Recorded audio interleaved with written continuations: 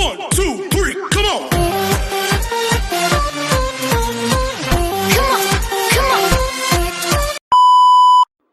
Hello beautiful people! Welcome back to my channel. This is your Mama Sam. Hola mga amigo, amiga, kumare at kumpare. Kamusta kayong lahat? Sana lahat po kayo ay okay at safe ngayong araw na ito. At syempre kung ako naman ang tatanungin nyo, nakikita naman ninyo ang beauty ng Mama Sam ninyo, fresh overload pa rin, di ba? Ganyan talaga kapag umiinom ka ng maraming vitamin C plus kumakain ka ng maraming banana. Dahil sa banana, mas nakakaloka ang ganda ng mamasam ninyo. Charot! So, kamusta naman kayong lahat? Sana lahat kayo ay okay na okay ngayong araw ng Monday. So, happy Monday sa atin lahat ng bongga. At kung ako naman ang tatanungin ninyo, eto syempre balik eskwela na tayo. Grabe. Oh. So, na-miss ko naman yung mga bata at parang feeling ko na-miss naman nila ako dahil ayun na, grabe ang yakap nila sa akin. At hindi lang yan, busy na uli kami kasi ang dami naming activity ngayong buwan na to. So, yon kaya medyo nakakaloka. So, isa na nga dito yung Children's Day kung saan talaga piniprepare namin to ng bonggang-bongga. So, nag-iisip nga ako kung anong costume yung ibibigay ko sa kanila at nakakaloka. Yon. Pero, syempre, tuloy-tuloy ang buhay, tuloy-tuloy ang ligaya at tuloy-tuloy ang chika. Kaya naman ngayong araw na to, syempre, marami akong hatid na chika sa inyo. Pero bago ako tsumika ng bonggang-bongga, gusto ko muna magpasalamat sa walang sawang tumatangkilik dito sa Mama Sam Vlog, araw-araw, lagi-lagi. Maraming salamat sa pagmamahal at suporta na binibigay ninyo. At hindi lang yan, syempre, sa mga bago nating subscribers. Hello po sa inyo lahat. Maraming salamat guys sa pag-subscribe ninyo, syempre dito sa channel ko, at syempre sa lahat naman ng makamamasam dyan na laging sumusuporta dito araw-araw, lagi-lagi. Maraming salamat guys sa inyong lahat. Kaya naman, syempre marami akong hatid na chika na talaga naman, oh my gosh, so magtataas ang kilay ninyo ng bonggang-bongga sa mga pag-uusapan natin ngayon. Kaya guys, wag na nating patagalin ang ating mga chika. So, para sa una nating chika, sino ang pipiliin mo? Kurt Vonnegut or si Oliver? So, si Oliver na Man of the World Philippines. So, yan. So, syempre, ang pipiliin ko dyan ay silang dalawa. Charot. Yes, alam nyo sa totoo lang, si Kurt, isa siya sa mga tinitignan ko talaga ng male pageant na kapag lumaban to sa international pageant, panalo. At kaya naman yung dinala to sa Mr. International. Hindi naman nagkamali yung organization natin sa pagpili sa kanya bilang Mr. International kasi nakita naman ninyo, talagang naiuwi niya yung title. And then ako, para sa akin, si Oliver ng Man of the Philippines, parang feeling ko, malaki yung chance niyang makuha ang titulo ng Man of the World. Pero syempre, kailangan niya i-prepare yung sarili niya. And then, looking forward ako na sumali to sa Mr. Pilipinas Worldwide in the future. Alam niyo, pwede din to talagang ipadala sa supranational o kaya sa Mr. Philippines. Kasi, sa Mr. International. Kasi yung pagkalalaki niya, talagang medyo lumilevel pang Kurt Vonnegut. Yung gano'n, yung tipong wow, mapapawaw ka talaga dahil iba yung dating niya, di ba? So, yon. Kaya parang feeling ko siya yung susunod na Kurt Vonnegut. Kung hindi man to mag-title dito sa Man of the World, baka pwede siyang pumunta sa ibang pageant at feeling ko darating talaga yung time na mananalo to na international pageant. Diba? So, yon. So, level, parehas sila ng ganda ng katawan at parehas silang mukhang mamahalin. Sabi nga gano'n, dapat lagi daw mukhang mabango at mukhang expensive. So, yan. At parang feeling ko, expensive silang dalawa. Charot! So, yan.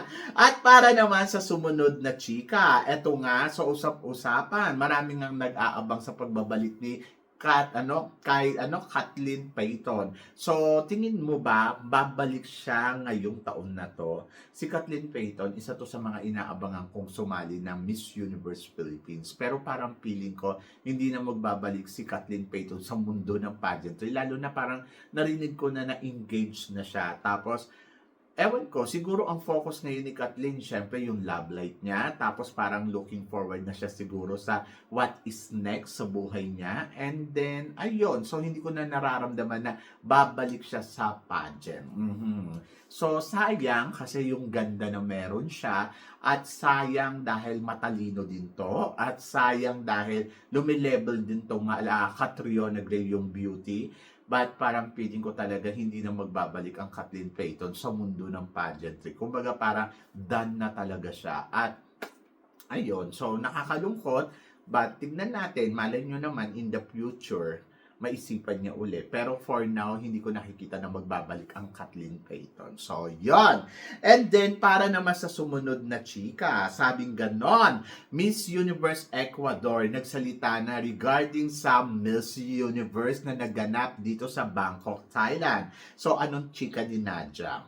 Syempre, ang reaction ko sa kanya, ay nako, nakakaloka. Kasi ayun nga, kinuwento niya nga na from the beginning, naririnig niya na daw na mananalo nga si Mexico. Lalo na daw yung medyo nagkaroon nga daw ng away-away, di ba, sa loob ng session ceremony. So, yung kumbaga, parang pumanig siya sa ni Mexico. Pero yung pagdating daw ng coronation at nakapasok daw to sa top 5, talaga daw parang naloka siya kasi usapan na daw talaga sa paligid na nako si Mexico ang mananalong Miss Universe. Actually, 'di ba? Kahit naman si si Osmel, 'di ba? Nag-splok din siya nako Mexico ang mananalo during the Miss Universe, 'di ba? So parang ayun nga, no, ako din narinig ko sa kanya 'yon. Hindi ako naniniwala pero yung narinig ko kay Osmel na insplok niya, Mexico ang mananalo. So talaga pinaplano na nila na mananalo si Mexico.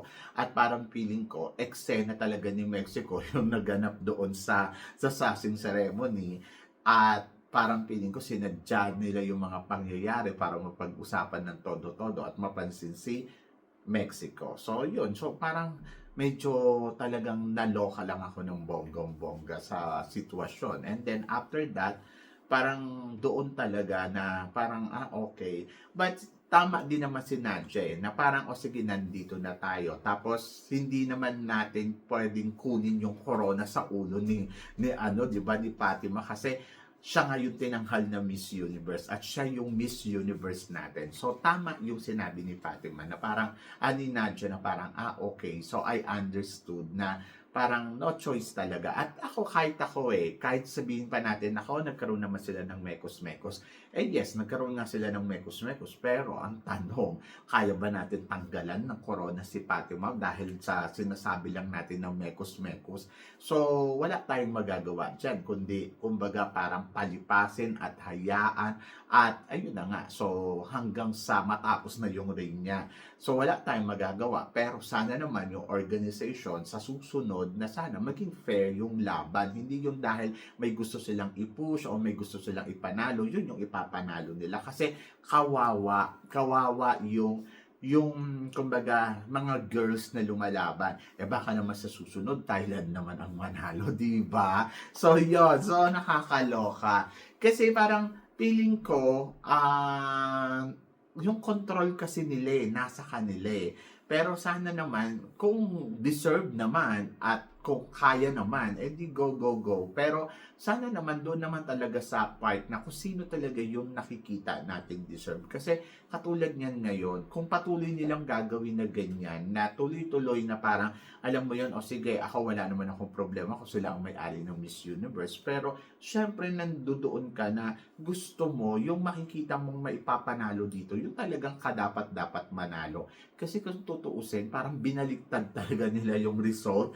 Tignan mo from top to bottom and then bottom to top, parang gano'n na parang sila yung nanalo, di ba? So parang nakaka-win down. Kasi parang kung iisipin mo, okay, ang nanalo dito si Cote. So first runner-up si Philippines, second runner-up si Venezuela, third runner-up si Thailand, and then pero parang ang naging resulta, parang pag ganun na parang okay, so yon. So kawawa naman kasi yung mga candidates, di ba? So yon, pero wala na tayong magagawa. Hindi mo nga rin pwede naman talaga kunin na kay Fatima yung corona. Kumbaga parang andyan na yan So siya na talaga yung ituturing mo Miss Universe sa gusto mo, or else deadma ka na lang sa kanya. Ganon! And then, syempre, para sa sumunod nating chika, eto nga, sabing ganon, bakit ba hirap na hirap ang Pilipinas manalo sa Miss World? Ano ba talaga ang susi para makuha ang corona ng Miss World? Yung kay Megan yan, di ba? Siya yung nakakuha ng first crown. So, ang weapon niya ay, syempre, yung sekreto ni Megan, yung humility and then yung willingness to work hard, di ba? Kasi yun din yung nakikita natin sa mga nananalo katulad ng kay Oppo, yung katulad ng sa ibang mga queen. So, kailangan ganun talaga yung makuha nating queen. Hindi lang yung maganda, hindi lang yung mukha siyang beauty queen. Kailangan talaga merong beauty with the purpose. Yung purpose na yon, makikita yun ni Madam Julia at mabibigyan niyang pansin at kukunin niyang reyna, yung reyna natin, para magtuloy-tuloy. So, yung willingness talaga, kailangan maramdaman yon ni Madam Julia. Si Oppo, during the competition, alam nyo, maagang-maaga pa lang, nakikita ko na yan na naka-online, nagme-makeup, nag-aayos sa sarili. Siguro, ang call time nila, halimbawa, alas 7. So, alas 5 or alas 4, nag-start na yan dyan naka-live. So, syempre, kung ikaw yung ownership, maaga to gumigising at consistent siya na gano'n yung ginagawa niya. So, isa yun sa mga parang susi niya talaga na parang pinapakita niya kasi sa organization yung willingness niya. Tapos plus ang ganda ng profile. Tapos plus nandoon na grabe, ang ganda din talaga ng mga mababasa mo sa kanya. Kaya ayun, so siya talaga yung yung ipinanalo dito. So parang feeling ko makakakuha tayo ng ganong reyna basta mag-ano lang tayo, yung sincere lang talaga yung pagpili sa mga mananalong Miss World Philippines, no? Yung, kumbaga parang, dapat hindi yung, ito yung gusto kong manalo kasi ito yung sikat. Dapat, ako kunin natin dyan, yung talagang, alam mo yun, yung makikita ni Madam Julia, yung heart ng candidates, di ba? So, kung tutuusin, dapat nga alam na natin yan, na beauty with a purpose ang hinahanap nila. So, yun yung ibigay natin, di ba? So, yan. Ay nako, nakakaloka. Good luck sa mga queens natin. And then, para naman sa sumunod na chika, sabing ganon, Pinay Beauty Queen laging kinukuhang host. Bakit nga ba? Dahil siguro una, lalo na dito sa Thailand, di ba? Dahil siguro yung galing ng Pilipino kung paano mag-deliver sa salitang English, di ba? Na kaya talaga kung paano sumabay sa mga magagaling na host, di ba? And then, pangalawa, yung kumpiyansa ng beauty queens natin. Nandoon talaga. Kasi syempre, bubbly talaga yung personality, tapos alive na alive kung paano magsalita, kung paano mag-host.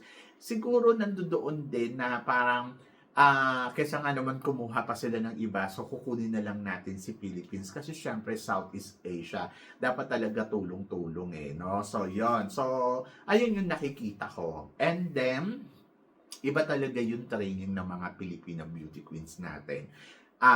Meron silang training pagdating sa entertainment na kaya nilang sumayaw, kaya nilang kumanta, at kaya nilang magsalita sa entablado. Kaya, complete package yung mga beauty queens natin na hindi lang to iisang talento ang meron siya, hindi lang puro sayaw, hindi lang pang-tiktok, kumbaga talaga sa larangan ng com skills talaga hasang-hasa ang ating mga pambato. At saka ayun na nga, total package talaga yung pinapadala natin at sila yung mga nananalo kasi total package talaga sila. So kaya nilang gawin lahat ng pwedeng ipagawa sa kanila, mapa-entertainment man to o mapa-modeling, di ba? So, yon. Kaya, congratulations. Ako, believe talaga ako sa galing ng mga Pinoy beauty queen. Di ba? Mga Pinay beauty queens natin. And then, congratulations. And, of course, looking forward ako kung sino pa yung mga susunod na magiging reyna dyan, na magiging host sa mga susunod pang mga pageant. So, ito na nga lang, di ba? Nung nakaraan, so, si Vina, tinry din na mag-host, di ba? Ito, dito sa Miss Grand Pangan. So parang invited dyan si Cham at saka co-host niya si Vina. Actually, pinoproblem ni Vina na very, siya, yung kumbaga parang ang nakikita ko dito, tinatry niya talaga na parang napupush yung sarili niya na parang sige gawin mo na lahat. Pwede ka ng ganito, pwede kang ganyan, dapat alam mo yon. So yon. So ginagawa. Kumbaga para kasi ngayon, ang nakikita ko, Philippines and Thailand. So talagang nagkakaroon sila ng togetherness. Kumbaga parang sa atin, alam niyo kung bakit na parang dikit talaga ng Thailand si Philippines. Kasi, syempre, yung pagiging confident ng mga Pilipino at saka ando doon nga yung sa galing natin sa larangan ng pag-hosting and then sa pagsasalita ng English. Kumbaga, kung didikit nga naman sila kay Philippines, so makukuha nila din yung confident, mapag-aaralan nila kung paano mag-host. Diba? Itong nakaraan lang, si Oppo nakipagsabayang makipag-host dito kay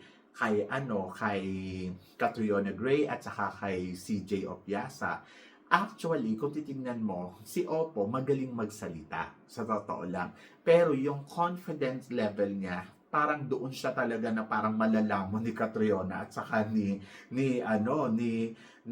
CJ Opiasa, lalo na si CJ Opiasa, talaga yung energy level niya. Pero kasi since na magkakasama sila, magkakaroon din siya na talagang power para, alam mo yon na makuha niya dito sa dalawang co-host niya. So, gagaling siya ng todo-todo. So, yun eh. So, kasi sila, yung confident na lang talaga yung kulang. Pero kapag once na napasok yan sa kanila, yung confidence na yan, ay, nako, magsashine talaga sila ng like diamond star in the sky. Ganon. Kayo yung nakikita ko, ha?